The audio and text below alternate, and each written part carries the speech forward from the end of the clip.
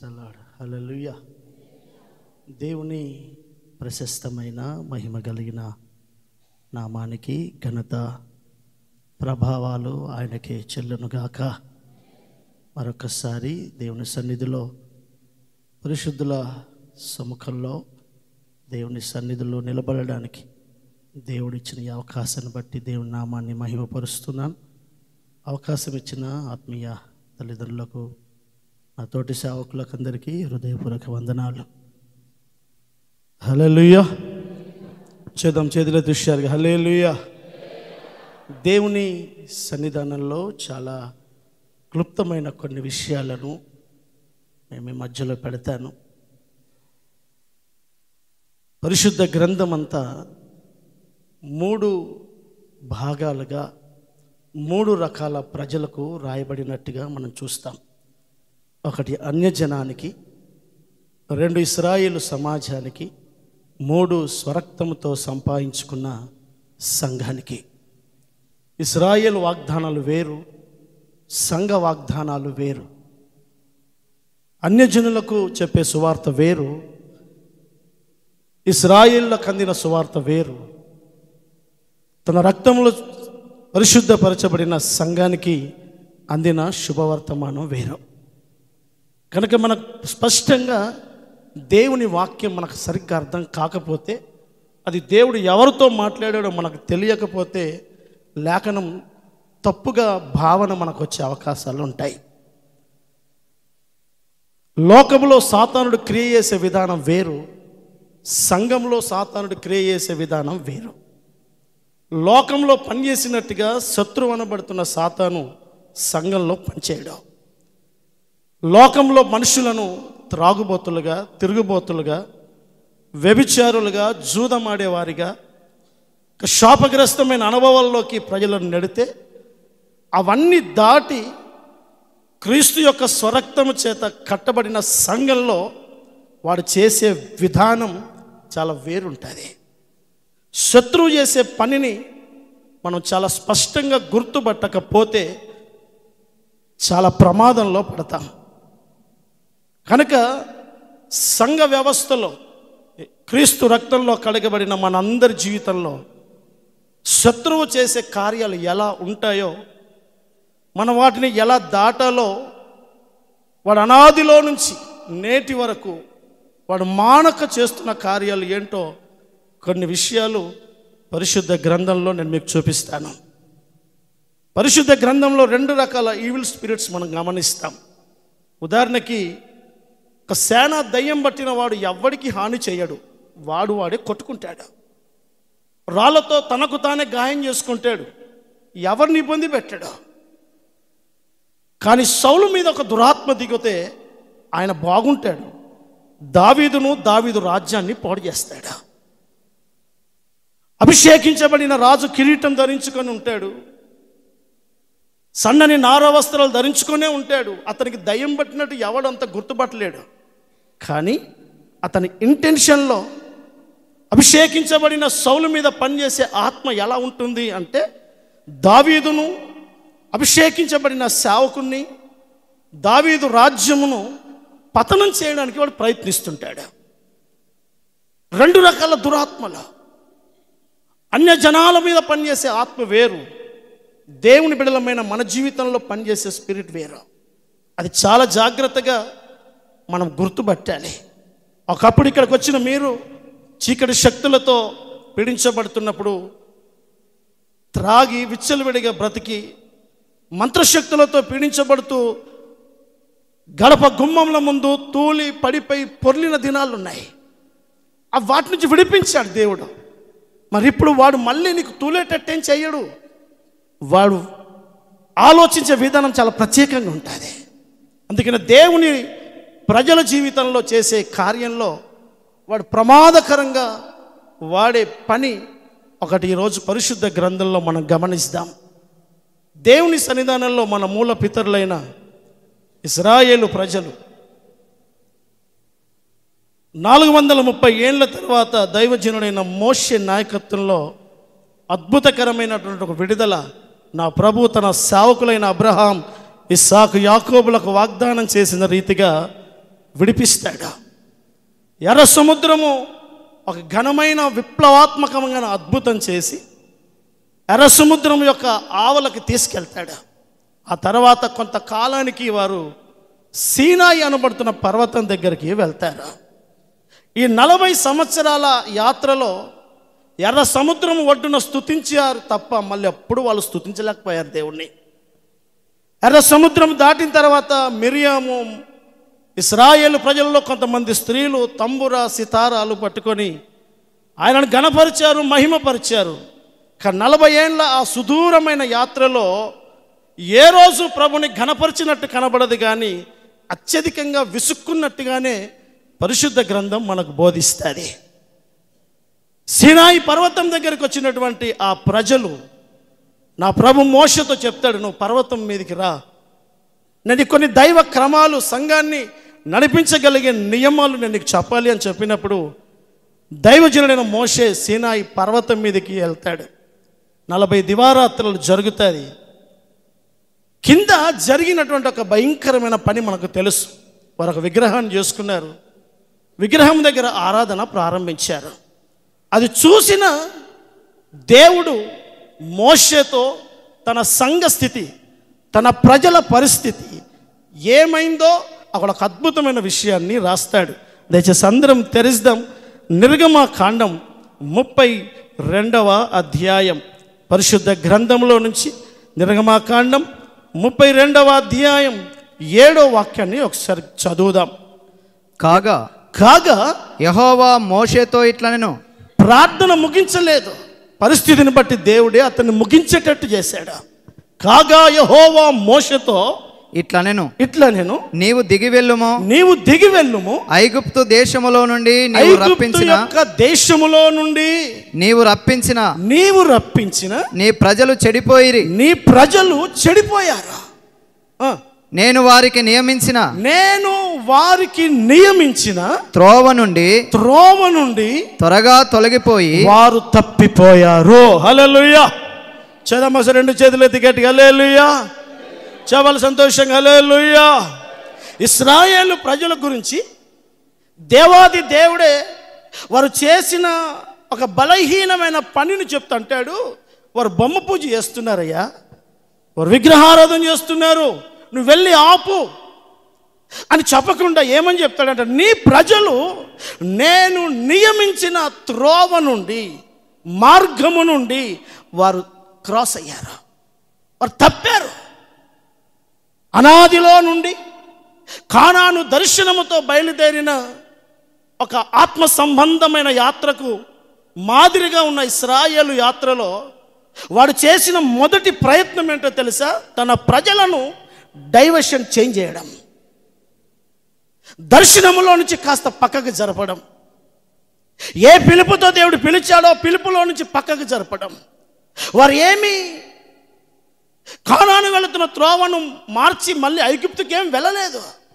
కానీ ప్రభు చెప్తాడు, నేను ఏ త్రోవ అయితే వాళ్ళ ముందు నేను పెట్టానో, ఏ దైవికమైన విధానాలు నేను వారి ముందు పెట్టానో, ఆ విధానాలలో నుంచి వారు సైడ్ అయిపోయి వాళ్ళకు తోచినట్టుగా, వాళ్ళకు నచ్చినట్టుగా వాళ్ళు చేసుకుంటూ సాగిపోవడానికి ఇష్టపడుతున్నారు. కనుక నువ్వు త్వరగా వెళ్ళు. శత్రువు అనబడుతున్న సాతాను చేసే పని ఏంటంటే, ఒక సంఘాన్ని దైవ క్రమంలో నుంచి పక్కకు జరపడం. ఒక దర్శనముతో ప్రారంభమైన ఒక సేవకుడి యొక్క జీవితాన్ని దర్శనము వైపు వెళ్లకుండా కొంతకాలం తర్వాత డైవర్షన్ మార్చడం. అందుకే మీరు చూడండి, సంఘాలు కుప్పలుగా వేల లక్షల మంది ప్రజలు నేటి క్రైస్తవ సమాజంలో ప్రభు దగ్గరకు వస్తున్నారు. కానీ మార్గాన్ని దుష్టుడు తప్పిస్తున్నాడు. ఎలా ప్రయాణం చేయాలో, ఎలా సియోను గమ్యానికి చేరాలో, ఏ విధంగా పాలు తేనెలు ప్రవహించు దేశానికి మాదిరిగా ఉన్న నిత్య సియోనుకు ఆయన నిర్దేశించిన క్రమాలలో వెళ్ళాలో అలా వెళ్ళకుండా తోచినట్టు నచ్చినట్టుగా మార్గాల గుండా వెళ్ళడం ఈ తరములో జరుగుతున్న అతిపెద్ద ప్రమాదకరమైన పని. హల్లెలూయా. వాడు సంఘాన్ని, దేవుని బిడ్డలను మనల్ని మళ్ళీ తూలేటట్టు, తాగేటట్టు, సినిమా చూసేటట్టు చేయడు. మనం వెళుతున్నటువంటి మార్గంలో మన నిర్దేశాన్ని, ఏ సంకల్పంతో, ఏ ప్రణాళికతో, ఏ విజన్ పెట్టుకొని మనం అడుగేస్తున్నామో, సాగుతున్నామో, మన దర్శనాన్ని డైవర్ట్ చేస్తూ దైవ సంకల్పంలో లేని అనుభవాల గుండా మనల్ని నడిపించి పాడు చేయడానికే వాడు ఎప్పుడు ప్రయత్నిస్తూ ఉంటాడు. అందుకనే పరిశుద్ధ గ్రంథం చెప్తుంది ఏంటంటే రాజమార్గాలు పాడైపోయాయి. రాజమార్గాలు పాడయ్యాయి. ఇంగ్లీష్ ట్రాన్స్లేషన్లో దేవుడు నిర్ణయించిన ఒక దైవ క్రమము కలిగినటువంటి సత్యమును, అనుభవాలను నేర్పించే ఆ త్రోవలు తప్పుపోయాయి. అందుకనే దేవుని వాక్యం, నా ప్రభు ఏమని నేర్పిస్తాడో తెలుసా? నేను మార్గం, నా మార్గంలో, నేను నిర్ణయించిన మార్గంలో గనుక నువ్వు వెళ్తే నీకు సత్యం దొరుకుతుంది. సత్యం ఊరికే దొరకదు నీకు.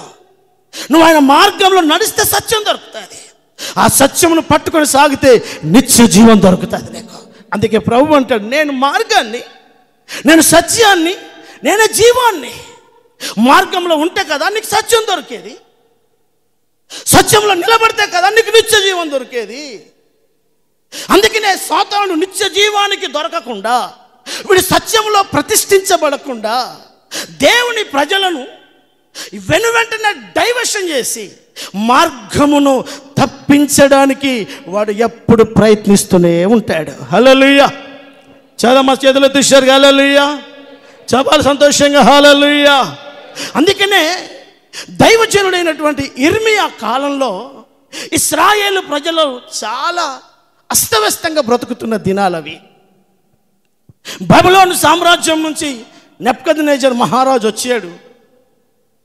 కొంతమందిని ఆల్రెడీ చెరగొనిపోయాడు.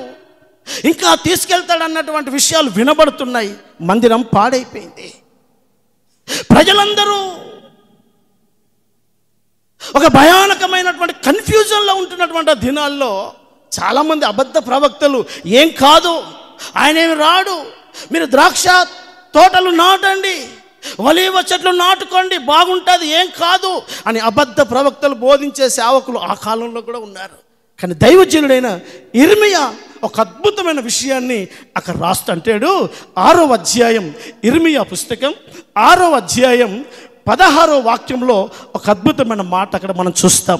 ఇర్మియా పుస్తకం 6వ అధ్యాయం 16వ వాక్యం. యెహోవా ఈలాగు సెలవిచ్చుచున్నాడు. సంఘ బిడ్డలారా, యెహోవా ఈలాగు సెలవిచ్చుచున్నాడు, మార్గములలో నిలిచి చూడుడి. ఇప్పటి వరకు నువ్వు ఎలా నడుచుకుంటూ వచ్చావో ఆ మార్గములలో నీవు నిలిచి చూడండి. పురాతన మార్గములను గురించి విచారించుడి. ఇంతవరకు నువ్వు ఎలా నడిచి వచ్చావో ఆ పురాతనమైన ఆ అనుభవాలను గురించి ఒకసారి నువ్వు ఆలోచించి, మేలు కలుగు మార్గం ఏది అని, మేలు కలిగే భవిష్యత్తులో నీకు ఏది కంఫర్టో, ఏది నీ ఆత్మీయ జీవితానికి పరిపక్వత కలిగించి అనుభవాల్లో తీసుకెళ్ళగలదో, నీకు శుభము కలగజేయగలదో, ఆ మేలు కలిగే మార్గము ఏదో అని అడిగి అందులో నడుచుకునుడి. మీరు నడవండి.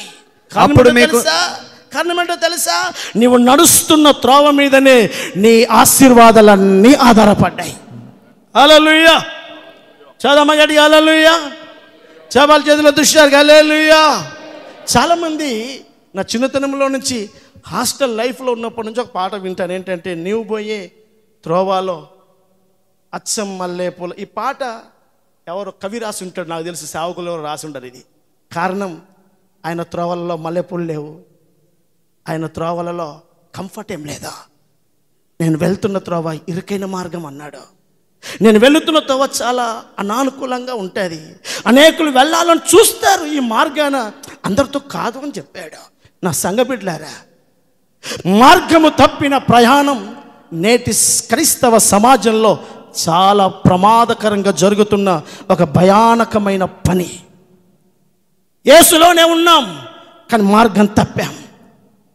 ఇప్పటి వరకు నడిచిన మార్గం ఏంటి, ఇక ముందు నేను ఎలా వెళ్ళాలి, నేను ఎక్కడ తప్పిపోయాను, నాకు మేలు ఎలా జరుగుతుంది అని మీరు ఆలోచించుకొని, ఇశ్రాయేలు జనాంగమా మీరు ఎందుకు కన్ఫ్యూజన్ అవుతున్నారు, ఎందుకు త్వరపడుతున్నారు, తొందరపడుతున్నారు?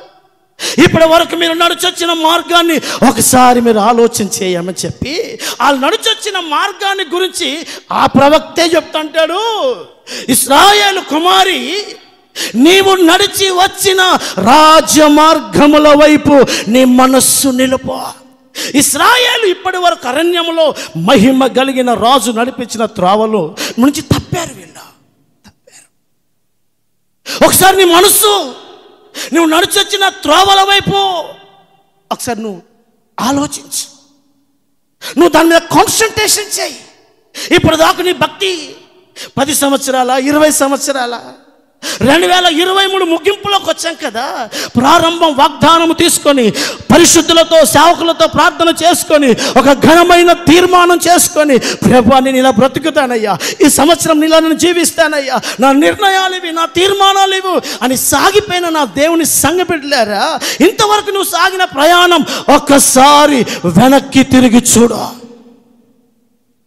రాజమార్గంలో నడిచొచ్చావా? దేవుడు నిర్దేశించిన మార్గాలలోనే నడిచావా? లేకపోతే కొత్త కొత్త మార్గాలు? ఆ రోజు ఇశ్రాయేలు సమాజాన్ని డైవర్ట్ చేసిన అదే శత్రువు నేటికి ఆత్మ సంబంధమైన ఇశ్రాయేలీలముగా బ్రతుకుతున్న ఆయన సంఘముగా మన జీవితంలో కూడా పనిచేయడానికి వాడు ప్రయత్నిస్తుంటాడు. అందుకే ప్రవక్త ప్రవచనం ఏమంటో తెలుసా? యాకోబులో వంకరతనము లేదు.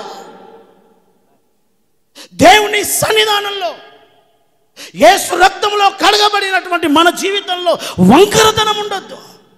దైవ నిర్ణయం, దైవ నిర్దేశంలో ఏ దైవజనుడు ఏ దైవ నడిపింపులో మనల్ని నడిపించుకుంటూ దేవుడు ఇంతవరకు నడిపించుకుంటూ వచ్చాడో అవి రాజమార్గాలు, ఉపదేశపు అనుభవాలు. ఆ రాజమార్గాల గుండా వెళ్ళకుండా మోషే నీ ప్రజలు వెళ్ళయ్యా, త్వరగా వెళ్ళు, నీ ప్రజలు మార్గం తప్పారు. అందుకే యూదా పుస్తకం రాస్తాడు, ఏమంటారు తెలుసా? వారు మార్గము తప్పి తిరిగిన చుక్కల వలె ఉన్నారు. చుక్కే. బైబిల్ ఏమని చెప్తుంది? ఎంతమందిని నీతి మార్గంన నడిచేటట్టు చేస్తారో వారందరూ ఆకాశ మండలంలోని నక్షత్రముల వలె ఉంటారు. నక్షత్రమే దేవుని సంఘానికి సూచన కాదా నక్షత్రం? ఆ నక్షత్రమే. కానీ చాలా నక్షత్రాలు మార్గము తప్పాయి తిరుగుతున్నాయి, కానీ కక్షలో లేవు. భక్తి చేస్తున్నాం కానీ కంఫర్ట్లో లేవు. సేవ చేస్తున్న నేను ఆయన నడిపించిన త్రోవలో సేవ చేయకపోతే లాభం ఏంటి? ఒక విశ్వాసిగా అపోస్తల ఉపదేశంలో సాగుతున్న ఈ ఘనమైన సేవలో నువ్వు నడుస్తున్న ఈ అనుభవాలు ఉన్నాయే, ఈ అనుభవాలు ఉన్నాయే. ఎలా సాగి ప్రయాణం ప్రారంభించావు? ఇప్పటి వరకు ఎలా సాగుతున్నావు? ఇక ముందు ఎలా సాగాలని ఆశపడుతున్నావు? రాజమార్గంలో ప్రయాణించిన ఆ త్రోవ రారాజు అయిన యేసును చేరేంత వరకు రాజమార్గములలోనే వెళ్ళాలి.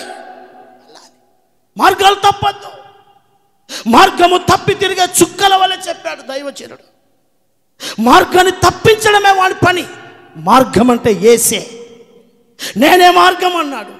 ఒక సంఘాన్ని, ఒక దైవజనుడిని, యేసు రక్తంలో కడగబడిన మనిషిని యేసు వైపు కాకుండా మరొక వైపు డైవర్షన్ చేసి తిప్పడమే వాడి పని. నేను మార్గం అన్నప్పుడు మార్గమంతా యేసే కదా. యేసులో నడిస్తే మార్గంలో నడిచినట్టే. ఆ మార్గంలో నడిస్తే నా యేసు సత్యం అంటే ఏంటో చెప్తాడు. ఆ సత్యంలో ప్రతిష్ఠించుకుంటే, ఆ సత్యంలో మనం నిలబడితే నిశ్చయంగా నిత్య జీవాన్ని మనం స్వతంత్రించుకుంటాం. ఈరోజు ప్రజలను సత్యం వైపు ఎందుకు వెళ్ళనివ్వడం లేదు? ఈ సత్యమైన ఈ ఉపదేశం ఎందుకు విస్తరించడం లేదు అని అంటే, ప్రజలను అపవాది అనబడుతున్న సాతానుడు మార్గము తప్పేటట్టుగా చేస్తున్నాడు. అందుకే వారి యొక్క వర్షన్, వారి వే ఆఫ్ లైఫ్ అంతా డిఫరెంట్ ఉంటుంది. వాక్యంతో సంబంధం ఉండదు. పరిశుద్ధ గ్రంథం చెప్తుంది, దైవజనుడైన మోషే కొంత దూరం సుదూర ప్రయాణం తర్వాత, మోషే నేను రానయ్య మీతో, నా దూత పంపుతాను మీ ముందు, మీరు లోబడంతలేరు అని దేవుడు తన బాధ దైవజనుడైన మోషేతో వెళ్ళగక్కుతా అంటాడు. అయ్యా నువ్వు నాతో రాకపోతే, నీ సన్నిధి నాతో లేకపోతే నేను ఎందుకు ప్రయాణం చేయాలి అని చెప్పినప్పుడు ప్రభు కనికరించి అంటాడు, నా కటాక్షం నీకు తోడుగా ఉంటుంది, వెళ్ళ. నా సన్నిధి నీకు తోడుగా ఉంటుంది, వెళ్ళు. అయితే నా మాట విను. నీ సన్నిధి నిజంగా నా మీద ఉంటే, నీ అభిషేకం నా తల మీద నిలబడితే, నీ పరిశుద్ధమైన రక్తములో నేను కడగబడింది నిజమైనదైతే, నాకు నీ మార్గం బయలుపరచ. ప్రశ్న అర్థమవుతుందండి? మోషే దేవునితో అంటున్నాడు, నీ కటాక్షం నా మీద ఉంటే నాకు మార్గం బయలుపరచు. నాకు తోచినట్టుగా, నాకు నచ్చినట్టుగా వెళ్ళడానికి వీల్లేదు. నా ముందు నువ్వు మార్గమై నడిచి ఆ మార్గములోనే నీవు నన్ను నడిపించాలి. హల్లెలూయా. చదువు సంతోషంగా. హల్లెలూయా, హల్లెలూయా. మార్గము తప్పి ప్రయాణము చేస్తే ఆ మార్గం నిన్ను ఎక్కడికి తీసుకెళ్తుందో ఒకసారి నువ్వు ఆలోచించు. మార్గమై ఉన్న యేసులో నడిచినప్పుడే ఆ మార్గములో రాజ మార్గమని, ఆ మార్గము గుండా ఎవడైతే ప్రయాణం చేస్తాడో వాడు సత్యము కొరకు తపిస్తాడు. ఆ మార్గము గుండా ఎవడు ప్రయాణం చేస్తాడో కొంతకాలం సత్యము కొరకు పరితపించగలిగే మనస్సును దేవుడిస్తాడు. సత్యములో వాడు జీవితాన్ని ప్రతిష్ఠించుకుంటే ఆ సత్యము వాణ్ణి నిత్య జీవము కలిగిన మహోన్నతమైన రాజ్యానికి చేరుస్తుంది. మార్గము తప్పితే నీకు సత్యమే దొరకదు. సత్యం దొరకకపోతే నీకు నిత్య జీవమే దొరకదు. అందుకే ప్రజలను, లోకంలో కోట్ల మంది సంఘాలు ఉంటాయి, ప్రజలు ఉంటాయి, కానీ మార్గంలో ఉండరు, వారికి తోచింది చేస్తుంటారు. అందుకే దైవజనుడైన దావీదు ప్రార్థన చేస్తాడు, ప్రభువా నీకు ఆయాసకరమైన మార్గం ఏదైనా నాలో ఉందేమో నాయన, దయతో నన్ను కనికరించి నిత్య మార్గంలో నన్ను నడిపించు. సామెతల పుస్తకంలో రాస్తాడు, ఒకని ఎదుట సరి అయినదిగా కనబడు మార్గం కలదు కానీ అది తుదకు అది మరణానికి త్రోవదిస్తుంది. నా పరిచర్య నాకు కంఫర్ట్ ఉంటే సరిపోదు, నీ విశ్వాస జీవితం నీకు శభాష్ అనిపిస్తే సరిపోదు. నేను వెళుతున్న త్రోవ, నేను జరిగిస్తున్న ఈ పరిచర్య, మీరు నడుస్తున్న ఆత్మ సంబంధమైన యాత్ర నా ప్రభు నిర్దేశించిన త్రోవలో ఆ రాజ్య మార్గములలోనే వెళుతున్నామా లేదా చూసుకోవాలి. హల్లెలూయా. చాలా హుషారుగా హల్లెలూయా. నీకు తోచినట్టు, నాకు నచ్చినట్టు సాగే ప్రయాణాలు కావు. అందుకే చెప్తున్నాను, వినండి దేవుని బిడ్డలారా, కానాను యాత్ర మీదనే ఆధారపడింది. 40 ఏళ్ళ సుదూరమైన ఈ యాత్రలోనే దేవుడు ఫిల్టర్ చేసేసాడు రాజ్య మార్గం. అర్థమవుతుందండి? మార్గం నువ్వు వెళుతున్న త్రోవ, నీ గైడ్లైన్స్ ఎలా ఉంటున్నాయి? అర్థమవుతుందండి? 23వ సంవత్సరం ముగింపులోకి వచ్చాం కదా, 24వ ఏడ నువ్వు ఎలా సాగాలనుకుంటున్నావు? బైబుల్ చెప్తుంది, కొత్త నిబంధన సంఘమైన గలతీ సంఘానికి రాస్తా అంటాడు, అయ్యో సంఘమా, ఆత్మ సంబంధంగా ప్రారంభించిన మీరు శరీర సంబంధంగా ఎలా ముగించాలనుకుంటున్నారు? ప్రారంభం గలతీ సంఘంలో ఎలా ఉందో తెలుసా? బైబుల్ గలతీ పుస్తకంలో సాక్ష్యం చెప్తాది. గలతీ సంఘాన్ని ఒక ఆత్మ సంబంధమైన అనుభవాలతో ప్రారంభమైంది. నేను 2003లో బాప్తీసం తీసుకున్నాను బొంబాయి మహానగరంలో. బాప్తీసం తీసుకున్న తర్వాత చెప్పారు బల్ల ఉంటుందని. నాకు తెలియదు అప్పటివరకు బల్ల అంటే ఎలా ఉంటుందో. సముద్రానికి వెళ్ళి బాప్తీసం ఇచ్చారు ఆశ్రీ గారు. ఒక 500-600 మంది సంఘం ఉంటుంది అక్కడ, పెంతికోస్తు సంఘమే. ముందు వరుసలో వెళ్ళి కూర్చున్నాను, బాగా ప్రార్థన చేసుకుందాం, బల్ల ప్రభు బల్ల తినాలి ఈరోజు అని. తెల్లబట్టలు వేసుకున్నాను. మ్యాక్సిమం అందరు కలర్ డ్రెస్లో ఉంటారు, అప్పుడే తెల్లబట్టల మీద మనసుండి వేసుకున్నాను. ఉదయకాలం 10-10:30-11 అయింది. ఒక్కసారి గేట్ లాక్స్ వేసేసారా. ఒక 50-60 మంది భయంకరమైన మూర్ఖ ప్రజలు లోపలికి వచ్చేసారు. వచ్చి ఎంత విపరీతంగా కొట్టారని అంటే, సంఘం అంతటినీ ఒక్కొక్కరి కాళ్ళు చేతులు విరిగిపోయేటట్టు కొట్టేశారా.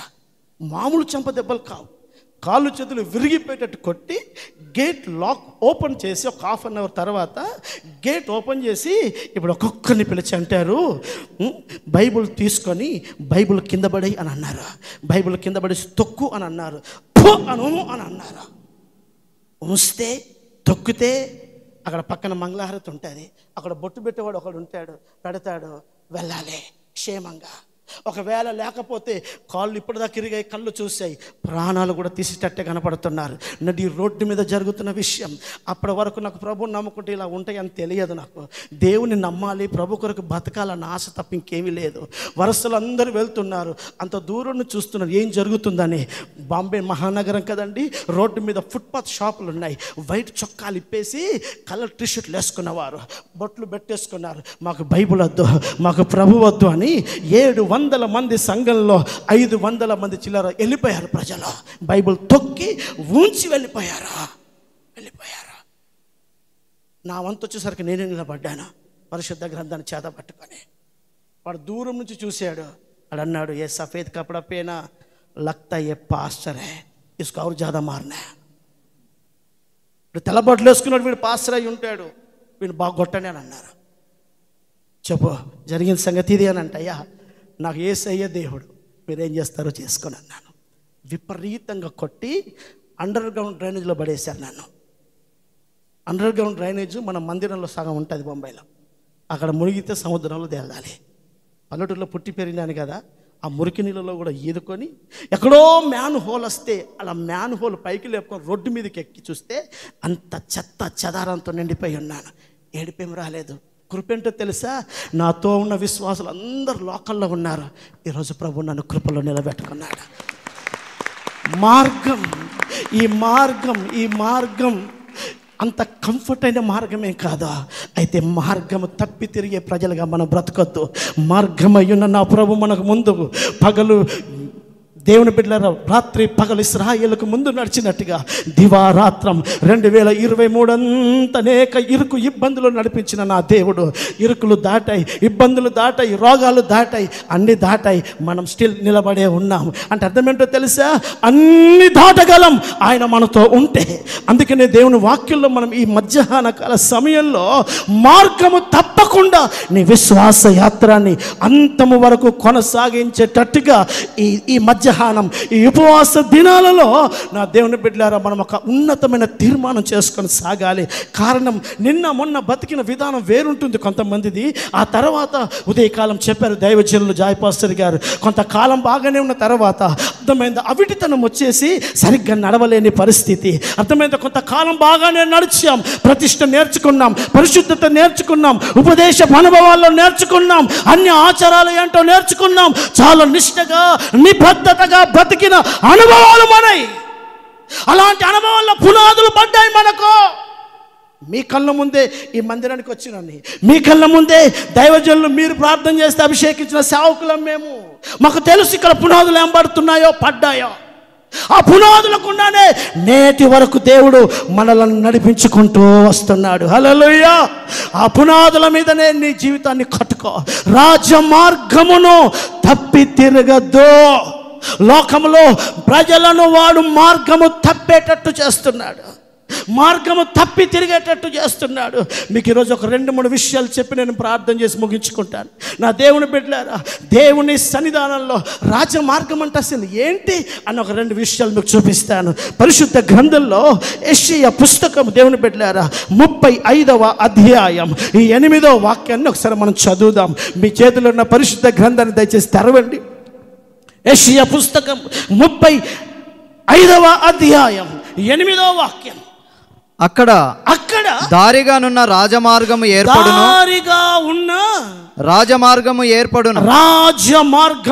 ఏర్పడును, అది పరిశుద్ధ మార్గం అనబడును. రాజమార్గం అంటే ఏంటి? పరిశుద్ధమైన మార్గం. అమ్మా, ఏం మార్గం రాజమార్గం అంటే? చెప్పండి దయచేసి, నోరు తెరిచి. ఏం మార్గం? పరిశుద్ధమైన మార్గం. నేను రాజమార్గంలో నడుస్తున్నాను అంటే నాకు రుజువేంటి? నా సేవ రాజ్య మార్గంలోనే చేస్తున్నాను అన్నకు రుజువేంటి? ఒక విశ్వాసిగా, ఒక సహోదరుడిగా, ఒక సహోదరిగా రాజమార్గంలోనే మనం సాగుతున్నాం. 2023 అంతా రాజమార్గంలో పడే నడిచాం. మన ముందున్నటువంటి 2024 కూడా అదే రాజమార్గంలో, ఇదే త్రోవ, మరి ఇంకేమీ లేదు అని దైవజనుడి వెనక నుంచి వినబడిన స్వరము వలె. ఏంటి ఆ రాజమార్గం? పరిశుద్ధమైన మార్గం. నా సేవలో పరిశుద్ధత నేను మెయింటైన్ చేయాలి. మన విశ్వాస యాత్రలో పరిశుద్ధత పోగొట్టుకోకుండా చూడాలి.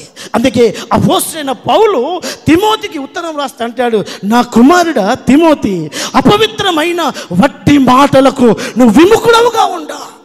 పరిశుద్ధత అంటే ఇంతకు ముందు మనం తాగి తిని విచ్చలవిడిగా తిరిగి సినిమాలు శిఖరాలు చూసిన ఆ దానితోనే పరిశుద్ధత పోతుంది అని అనుకోకండి. అందుకే నేను ముందు చెప్పాను, దేవుని బిడ్డలారా, లోకస్తులను సాతాను డీల్ చేసే విధానం వేరుంటుంది, సంఘాన్ని డీల్ చేసే విధానం వేరుంటుంది. లోకానికి పవర్లు చూపిస్తాడు, సంఘానికి రాంగ్ వర్డ్స్ చూపిస్తాడు, యూజ్లెస్ మాటలు చూపిస్తాడు. అందుకే మీరు చూడండి, మీరు నమ్మినా నమ్మకున్నా మన జీవితంలో అదృశ్యంగా ఫోర్స్గా పనిచేసే పని ఏంటో తెలుసా? అనవసరమైన మాటల. ఎవడెవడి గురించో మాట్లాడతాం, ఎవరెవరి గురించో మాట్లాడతాం, అనవసరంగా పరాయి వ్యక్తి గురించి మాట్లాడతాం, పరాయి సేవకుల గురించి మాట్లాడతాం, పరాయి విశ్వాసుల గురించి మాట్లాడతాం. ఇవేంటో తెలుసా? మనల్ని అపవిత్రపరిచే భయానకమైన కార్యాలు ఇవి. హల్లెలూయా. అందుకనే అపోస్తలుడైన పౌలు అంటున్నాడు, తిమోతి, అవి అపవిత్రమైన మాటలు, అవి ఆ మాటలకు నువ్వు దూరంగా ఉండు. ఆలోచించు, 23వ సంవత్సరం అంతా ఏమేం మాట్లాడాం. దైవజనులు చెప్తారు కదా, జాయిబాబు చెప్తారు కదా, ఏం మాట్లాడకండి, ఊరికే మాట్లాడకండి. వాస్తవం, మాట్లాడుతూ ఉంటే తెలియకుండానే దొర్లిపోతాయి మాటలు. విస్తారమైన మాటలలో దోషం ఉండక మానదు అన్న రీతిగా మాట్లాడుతూ ఉన్నప్పుడే తెలియకుండానే రాంగ్ వర్షంలోకి వెళ్ళిపోయే అవకాశాలు ఉన్నాయి. దైవజనులు, పరిశుద్ధులు, మన అయ్యగారి తరంలో ఒక ఎస్ఎన్ గారు డేవిడ్ రాజయ్య గారిని చూసి పెరిగితే, మా తరంలో మన అయ్యను సురేష్ పాస్టర్ను చూసి మేము బతకాలని ఆశపడతాం. వాళ్ళు మాకు మాదిరే. మేము ఎస్ఎన్ గారిని, డేవిడ్ రాజయ్య గారిని మేము చూసాం, కానీ వాళ్ళ అనుభవాలు మాకేం తెలియదు అని చెప్పేవారు. నువ్వు ఒక వ్యక్తి గురించి మాట్లాడుతున్నప్పుడు ఆ మాట నిజము కాకపోతే దాని శిక్షను ఎలా భరిస్తావు? ఒక వ్యక్తి గురించి అనవసరంగా మాట్లాడాము, నువ్వు అన్నది నిజం కాదు, మరి దాని పరిణామం ఏంటి? దాని అనవసరమైన సమస్యలు నీ మీదకే వస్తాయి. అందుకే నేను నా ప్రియమైన విశ్వాస బిడ్డలారా, ఈ రాజ్య మార్గముల గుండా మనల్ని డైవర్ట్ చేసే సమస్య ఏంటయ్యా అంటే, సంఘముగా మనల్ని అనవసరమైన మాటల వైపు తిప్పి మనల్ని అపవిత్రం చేసేస్తుంది. యూదాలో ప్రభుబల్ల తిన్నప్పుడు బైబిల్ చెప్తుంది, అపవాది అతనిలో ప్రవేశించను. వాడేం విలవిల కొట్టుకోలేదు, కింద పడి సొల్లు గార్చుకోలేదు, అర్థమైతే పిచ్చోళ్ళు లేసి ఎంటకలు ఇరబోసుకొని తిరగలేదు. వాళ్ళలో దయ్యం చూసి ఏం చెప్పించింది అని అంటే, దేవాది దేవుని కుమారుడికి విరోధంగా పనిచేసింది అంతే. అర్థమైందండి? యూదాలో వచ్చిన దయ్యం ఏం పని చేసిందనంటే, నా ప్రభువును అప్పగించడానికి పనిచేసింది. దైవికమైన కార్యాలకు విరోధంగా ఆలోచింపజేస్తుంది, మాట్లాడేటట్టు చేస్తుంది, పని చేసేటట్టు చేస్తుంది. సంఘాలలో అదృశ్యంగా చొరబడే దురాత్మ ఇదే.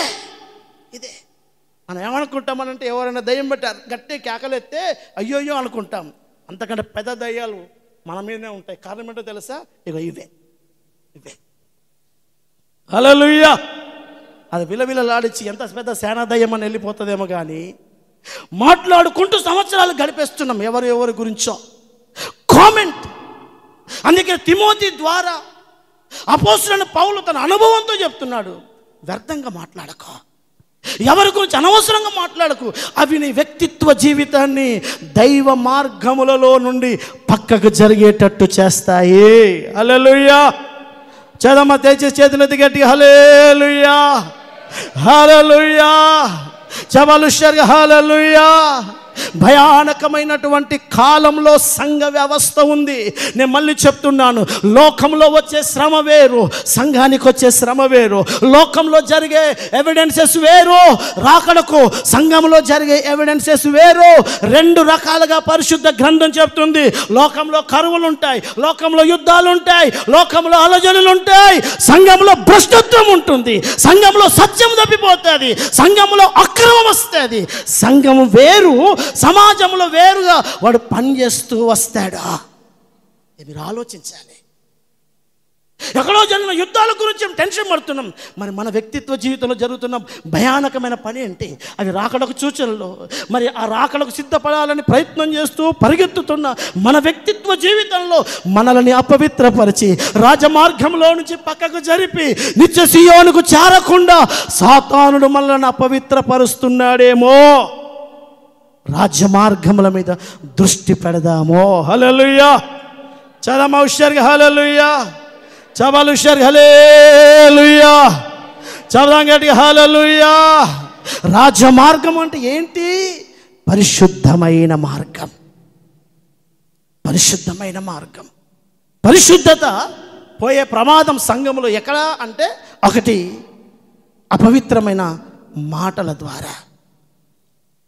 మీ గుండె మీద చేతుకొని చెప్పగలమా మనం?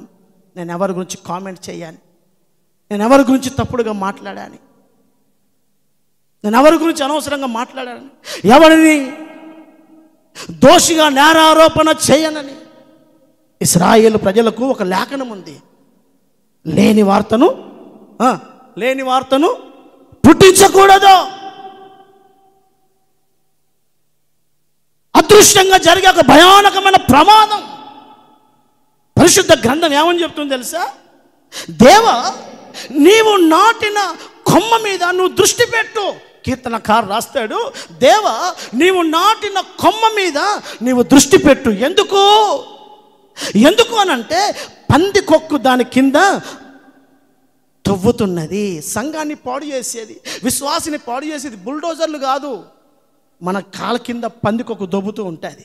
పందికొక్కు దొబ్బే విధానం తెలుసు కదా, పునాదులలో లోపల జొరబడి దొబ్బుతుంది. కూలేదాకా అర్థం కాదు మనకి, పైన కంఫర్ట్ ఉంటుంది, కన్స్ట్రక్షన్ అంతా, కింద బేస్మెంట్ పాడు చేయాలని ప్రయత్నం చేస్తుంది. ఆ సంఘంలో పనిచేసే చీకటి అలాగుంటుంది. అందుకనే ఈ కడవరి దినాల్లో అనేక ప్రజలు లోకంలో ఉద్యోగాలు, వ్యాపారాలు చేస్తున్నారు. మీకు లోక పరిస్థితులు, స్థితిగతులు అన్నీ తెలుసు. సంఘం ఎప్పుడో చాలా దేవుని ప్రజలు మార్గం తప్పి వెళ్ళిపోయారు. మార్గాలు ఎప్పుడో తప్పిపోయారండి. మార్గం తప్పిన వాడు గమ్యాన్ని ఎలా చేరతాడండి? మార్గం తప్పాడు కనుకనే ప్రభువా సత్యం వాళ్ళకు దొరకడం లేదంటే, సత్యం ఎలా దొరుకుతుంది? మార్గంలో ఉన్నప్పుడే కదా సత్యం దొరికేది.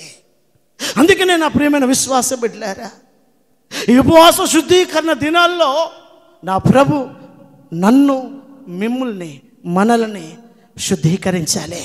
మీరు అంటారేమో, అయ్యా పరిశుద్ధ గ్రంథం రాస్తున్నప్పుడల్లా పౌలు మనము అని రాస్తాడు.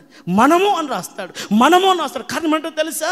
యేసయ్యతో 3.5 సంవత్సరాలు భార్య, పిల్లలు, కుటుంబం, జీవన సంబంధమైన వ్యాపారాలు అన్నిటికీ దూరమై ఆయన పడుకున్న చోట పడుకున్నాడు. ఆయన తిన్నటువంటి పేతురుతో అంటాడు, పేతురు నేను నిన్ను కడగకపోతే నాతో నీకు పాలిభాగం లేదు. పేతురు ఏ కుటుంబ వ్యవస్థలో ఏం లేడండి. పేతురు ఉద్యోగ వ్యాపారాలు ఏం లేవండి. అతనికి ఏం లోకంతో పని లేదు. 24 గంటలు 3.5 years 3.5 సంవత్సరాలు యేసుతో తిన్నాడు, యేసుతో పన్నాడు. ఏం తప్పు చేశాడు కడగడానికి? మనకు శుద్ధీకరణ అవసరము. హల్లెలూయా. చదమ్మ చేతులు ఎత్తి గట్టిగా హల్లెలూయా. మనకు శుద్ధీకరణ చాలా అవసరం. పరిశుద్ధ గ్రంథం ప్రత్యక్ష గుడారంలో గురించి రాస్తుంటాడు, అహరోను సేవ ప్రారంభము చేయడానికి ముందు గంగాళంలో నీళ్లు కడుక్కోవాలి, చేసొచ్చిన తర్వాత కూడా కడుక్కోవాలి. అంటే అర్థం ఏంటో తెలుసా? సేవ చేస్తున్న వాడికి సేవకు ముందు శుద్ధీకరణ, సేవ చేసొచ్చిన తర్వాత శుద్ధీకరణ. అంటే ఆయన దృష్టిలో మనం ఎక్కడో ఒక చోట తప్పుతాం కనుక మన దృష్టి, అందుకే చెప్పాను కదండి, మన దృష్టికి అంత యోగ్యంగానే ఉంటుంది. సరి అయినదిగా కనబడు మార్గం కలదు, కానీ ఎక్కడో మనం తప్పుతాం. కనుకనే నా ప్రభు మనతో మాట్లాడే మాట, రాజ్య మార్గాలు పాడవుతున్నటువంటి ఈ దుర్దినాలలో సంగమా, ఇంతకాలం మనం నడిచొచ్చిన త్రోవ, నీవు నేను ఈ రాజ్య మార్గంలోనే నడిచామా? ఈ 2023 ఇదిగో డిసెంబర్ ముగింపు మాసంలోకి వచ్చిన మనం రాజమార్గం అంటే పరిశుద్ధ మార్గం అని విన్నాం. పరిశుద్ధ మార్గంలోనే నడిచామా? నా సేవలో, నీ విశ్వాస యాత్రలో పరిశుద్ధత ఎక్కడైనా పోగొట్టుకున్నామా? ఇదిగో ఈ కడవరి దినాల్లో ప్రభువా, మార్గము తప్పి నేను ప్రవర్తించిన సందర్భాలు ఎన్నో ఉన్నాయి నాయన. నా మాటల ద్వారా నేను అపవిత్రమైన సందర్భాలు ఉండుంటాయి కనుక నన్ను తిరిగి నీ మార్గములో నన్ను నడిపించు ప్రభువా. ఒక మోషే అడిగినట్టుగా, ఒక దావీదు అడిగినట్టుగా నీ మార్గము నాకు బయలుపరచు, నీ మార్గములో నన్ను నడిపించు స్వామి. హల్లెలూయా. ఆ భారం మనకు ఉండాలి. ఆర్టీసీ బస్సులో డ్రైవర్ ముందు ఒక ఫోటో ఉంటుంది, any problem solution please contact. Particularly love problem, property problem, marriage problem, only 1 call అని ఉంటాయి.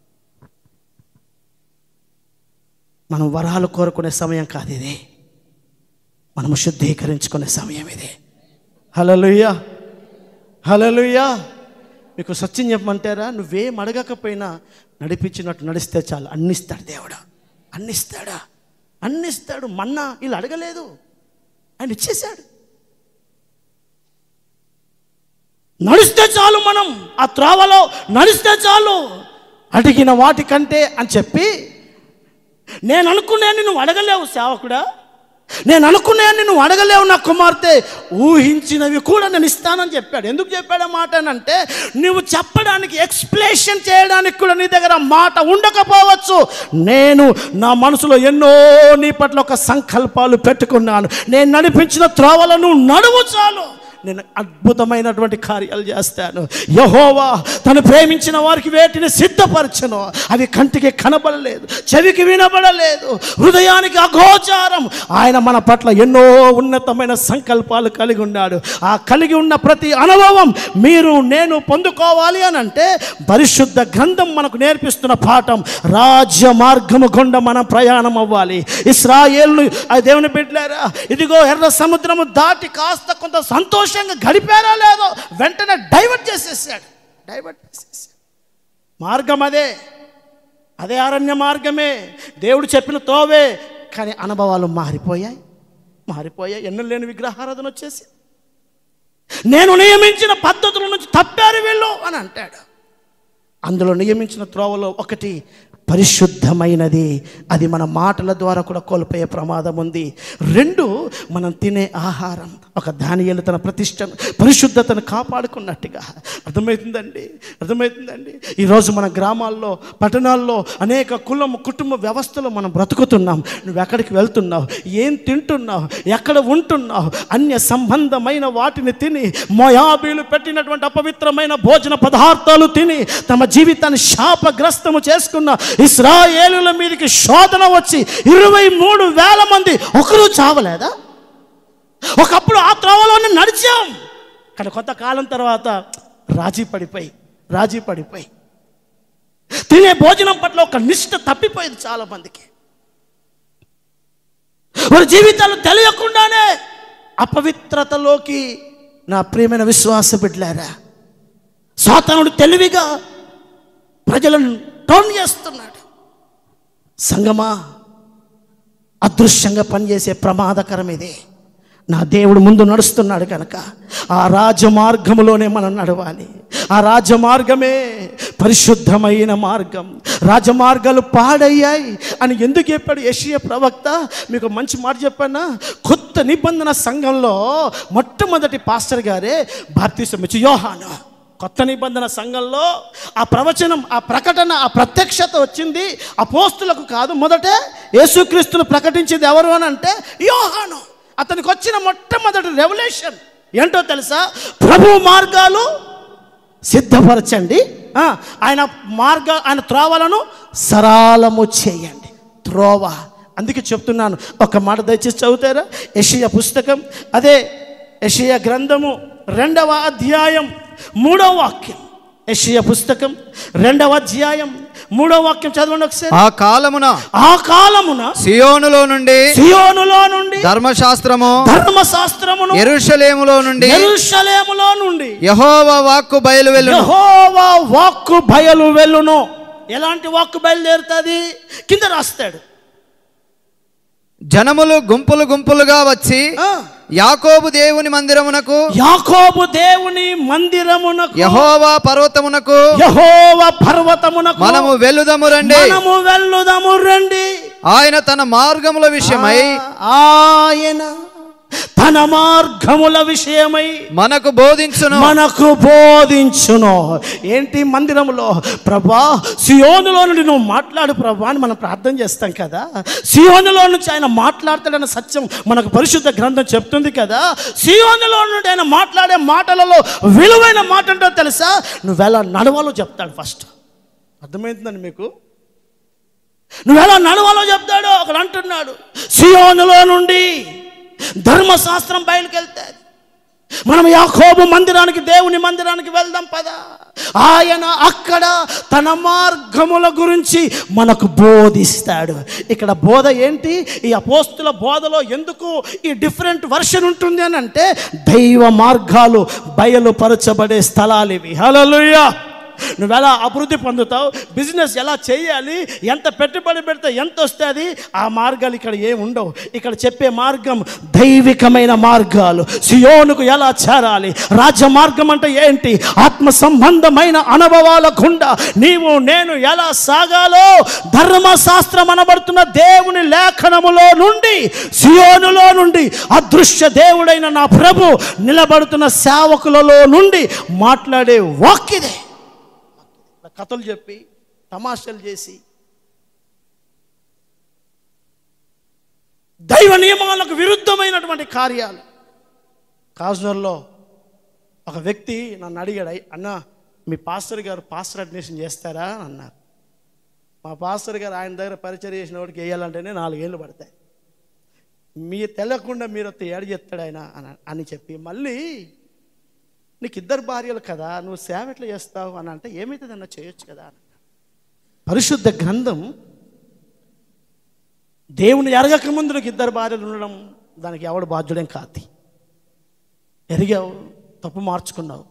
ఈ సిద్ధాంతం ఇప్పటిది కాదు, కొత్త నిబంధన సంఘంలో ఈ సమస్య వచ్చింది పౌలు కాలంలో.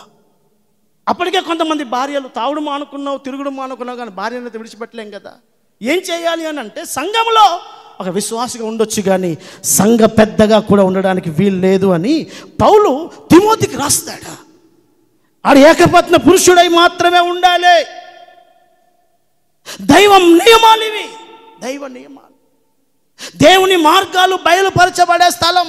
అందులో రాజ్య మార్గము అని అంటే ఒకటి, నా ప్రియమైన విశ్వాస బిడ్డలారా, పరిశుద్ధమైన మార్గం. 2 కీర్తనల పుస్తకం, నేను త్వరగా ముగిస్తున్నా, 23వ అధ్యాయం 3వ వాక్యం. కీర్తనల పుస్తకం 23వ అధ్యాయం 3వ వాక్యం చదువుతాం త్వరగా. నా ప్రాణమునకు ఆయన సేద తీర్చుచున్నాడు తన నామమును బట్టి. తన నామం ఏంటైన నామం? యేసు. మరి ఆయనకు యేసు అనే నామానికి మరొక పేరు ఆయన డెఫినేషన్ ఇచ్చాడు. నేనే మార్గం అన్నాడు కదా. తన నామమును బట్టి నీతి మార్గములలో నన్ను నడిపించుచున్నాడు. రాజ్య మార్గం అంటే ఏంటి? నీతి కలిగిన మార్గం. హల్లెలూయా. చదమ్మ చేతుల దుశ్శర్గా హల్లెలూయా, హల్లెలూయా. ఉదయకాలం దైవజనులు హైదరాబాద్ నుంచి వచ్చినటువంటి పాస్టర్ గారు చెప్పారు కదా, కమిషన్ల కకృతి పడి దేవుని సన్నిధిలో బ్రతికే విశ్వాస జనాంగం ఆయన చెప్పారు. కానీ అలాంటి వాళ్ళు చాలామంది ఉంటారు. ఈరోజు మన ప్రభు మనకు నేర్పిస్తున్న మాట, ఈ 23వ ఏటంతా నువ్వు నడిచొచ్చిన తోవ నీతి మార్గమేనా? సహోదరుడా, నీ పని, నీ ఉద్యోగం, నీ వ్యాపారం, నీ ఆత్మీయ యాత్రలో నీతి కలిగిన తోవలే నడిచావా? దావీదు అంటున్నాడు, మనకందరికీ చాలా ఒక వాక్యం తెలుసు, నీవు వెళ్ళు ప్రతి మార్గమున, నీవు నడుచు ప్రతి మార్గమున నీ దేవుడైన యెహోవా నీకు తోడుగా ఉంటాడు. అది మాత్రం సరిపోదు, ఆయన నడిపించే త్రోవ మొదట మనకు అర్థమైతే మనం సరిగ్గా ఆయన నడిపించిన త్రోవలోనే పోతాం. అందుకని చెప్తున్నాడు, నన్ను ఆయన నీతి మార్గంలో నడిపిస్తున్నాడు. ఒకటి పరిశుద్ధమైన మార్గం, రాజ్య మార్గం అంటే. 2 నీతి కలిగిన మార్గం.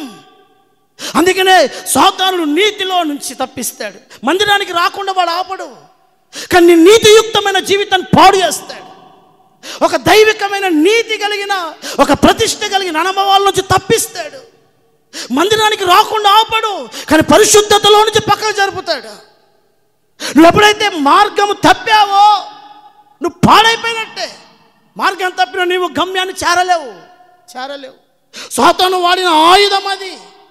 అనాదిలో నుంచి చేస్తున్నాడు, నేటికి చేస్తున్నాడు. అందుకనే ఈ కడవరి దినాల్లో మార్గం పరిశుద్ధమైన మార్గం, రాజమార్గం. 2 నీతి కలిగిన మార్గం. నీతి కలిగిన మార్గంలో ఆయన నన్ను నడిపిస్తున్నాడు. మనం చెప్పగలగమా? ఈ 2023 అంతా నేను నీతిగానే బతకనండి. నా సేవలో నీతి ఉంది, నా ప్రసంగంలో నీతి ఉంది, నా బతుకులో నీతి ఉంది. నేను ఒక వ్యక్తితో ప్రవర్తించిన బిహేవియర్లో నీతి ఉంది, నా ఉద్యోగం నా వ్యాపారంలో నీతి ఉంది, నేను కపటము కలిగి బతకలేదు అని మనం ఎంతమంది చెప్పగలం సాక్ష్యం? ఇప్పటి వరకు నడిచొచ్చిన త్రోవలను గుర్తుపెట్టుకో. నీకు ముందున్న త్రోవ మేలుకరంగా మారాలంటే ఏం చేయాలో నేర్చుకో. ఇర్మియా అదే చెప్తున్నాడు, మార్గంలో నిలిచి ఆలోచించు. ఇంకా 2023 ముగించలే, కానీ స్టిల్ 11 నెలలు ముగించేసావు కదా. ఎలా నడిచావు? నీతి ఉందా నీ త్రోవలో? పరిశుద్ధత ఉందా నీ త్రోవలో? ఏమైనా తప్పాయా? నా ప్రభు అంటున్నాడు, రా తిరిగి మార్గంలోకి రా. హల్లెలూయా. తిరిగి ఒక దైవ నియమంలోకి మనల్ని మనం ప్రతిష్ఠించుకొని మార్గమై ఉన్నటువంటి మన దేవుని నడిపింపులో గమ్యాన్ని మనం చేరాలి. చివరిగా ఒక మాట, సామెతల పుస్తకంలో ఒక అద్భుతమైన మాట రాస్తాడు. అక్కడ 16వ అధ్యాయం, సామెతల గ్రంథం 16వ అధ్యాయం 17వ వాక్యాన్ని ఒకసారి చదువుదాం. సామెతల పుస్తకం 16వ అధ్యాయం 17వ వాక్యం. చెడుతనమును విడిచి నడుచుటయే యథార్థవంతులకు రాజమార్గము. రాజమార్గం అంటే ఏంటి? ఒకటి పరిశుద్ధమైన మార్గము. ఇప్పటి వరకు నా యాత్రలో పరిశుద్ధత ఎక్కడైనా తప్పిపోయిందేమో చూసుకో, లేకపోతే నేను తోవ తప్పిన వాడినే. ఎక్కడైనా తప్పామో వెంటనే సవరించుకోవడానికి ఇదిగో ఆ రోజు సీనాయి కొండ మీద ఉన్న మోషతో చెప్తాడు, నువ్వు వెళ్ళు, నీ ప్రజలు తోవ తప్పారు, నీ ప్రజలు మార్గం తప్పారు, త్వరగా వాళ్ళను సవరించు. నా దేవుడు ఈరోజు మనతో మాట్లాడుతున్నాడు. ఈ పరిశుద్ధమైన మార్గం అనబడుతున్న ఈ రాజమార్గంలో నడిచామా? సంతోషం. ఎక్కడైనా మార్గం తప్పామా? ప్రభు మనతో మాట్లాడుతున్నాడు. నీ ముందు నీకు ఒక క్షేమం కావాలా? నీ ముందు నీ వెళ్తున్న తోవలో మేలు జరగాలా? రా, సరి అయిన దైవ క్రమములోకి, రాజమార్గములోకి రా. ఇంతకాలం నడిచినట్టే నడిస్తే నీకేం దొరకదు. పరిశుద్ధత కలిగిన మార్గమే రాజమార్గం. 2 నీతి కలిగిన మార్గమే రాజమార్గం. 3 అంటున్నాడు, యథార్థవంతులకు చెడుతనము విడిచిపెట్టుటయే రాజమార్గం. చెడుతనం.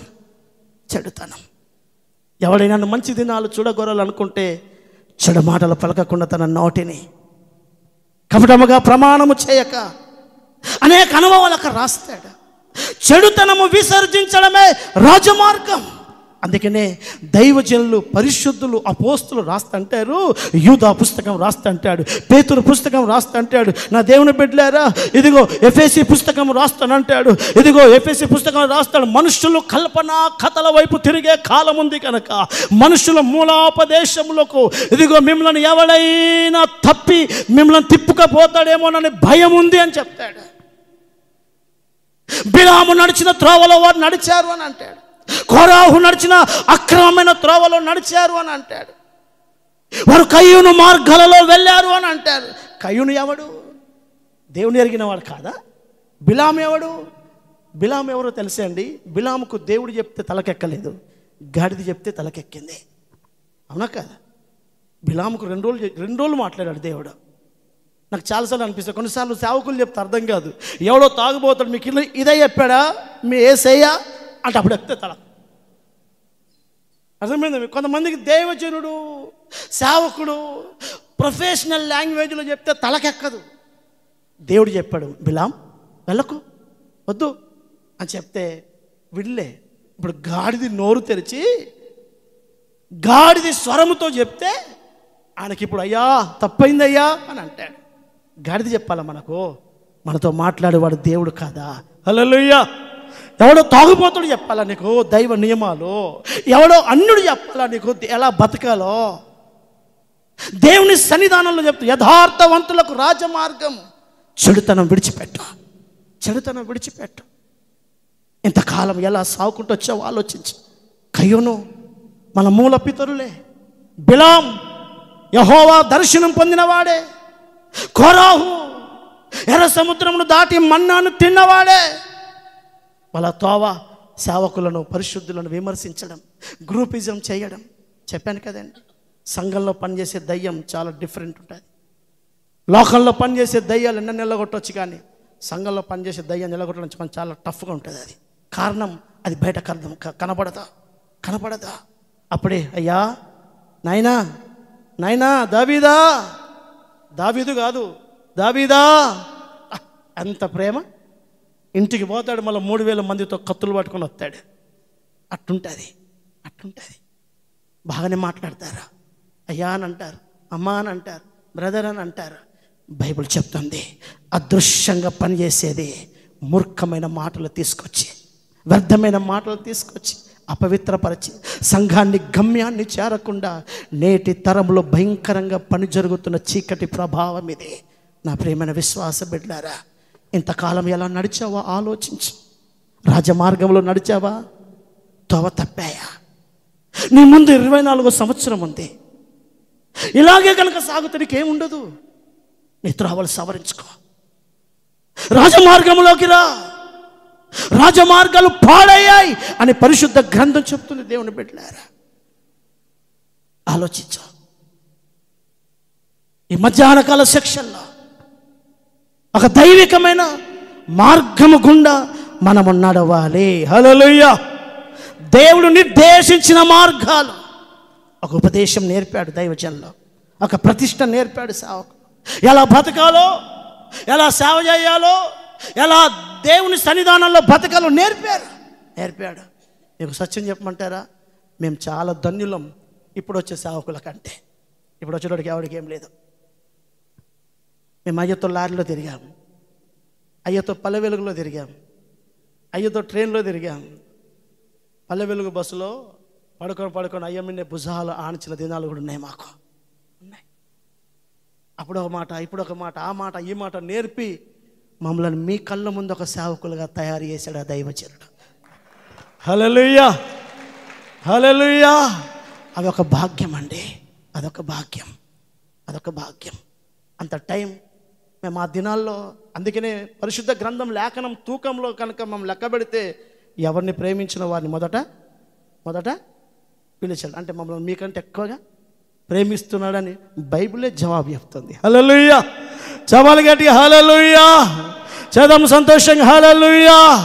నా దేవుని ప్రియమైన విశ్వాస బిడ్డలారా, ఇది శుద్ధీకరణ కూడికలో ఇంతకాలం ఎలా నడిచావు, ఇప్పుడు ఎలా నడవాలనుకుంటున్నావు? నిర్ణయం నీ చేతుల్లోనే ఉంది. ఒక యిర్మీయా 1000 సంవత్సరాల క్రితం ఇశ్రాయేలుకు ప్రకటించాడు. ఒక అల్పుడనైన సేవకుడను దేవుని పక్షాన నిలబడి నీతో మాట్లాడుతున్నాను. పురాతన మార్గాలు ఆలోచించు, నీ ముందున్న మార్గాల గురించి యోచించు, ఎలా వెళ్ళాలో ఆలోచించు. క్షేమం, సమస్యలు నీ ముందే ఉన్నాయి. నువ్వు వెళ్ళిన మార్గాలు ఎలా ఉంటాయో అవే ప్రతిఫలాలు మనం అనుభవిస్తాం. హల్లెలూయా.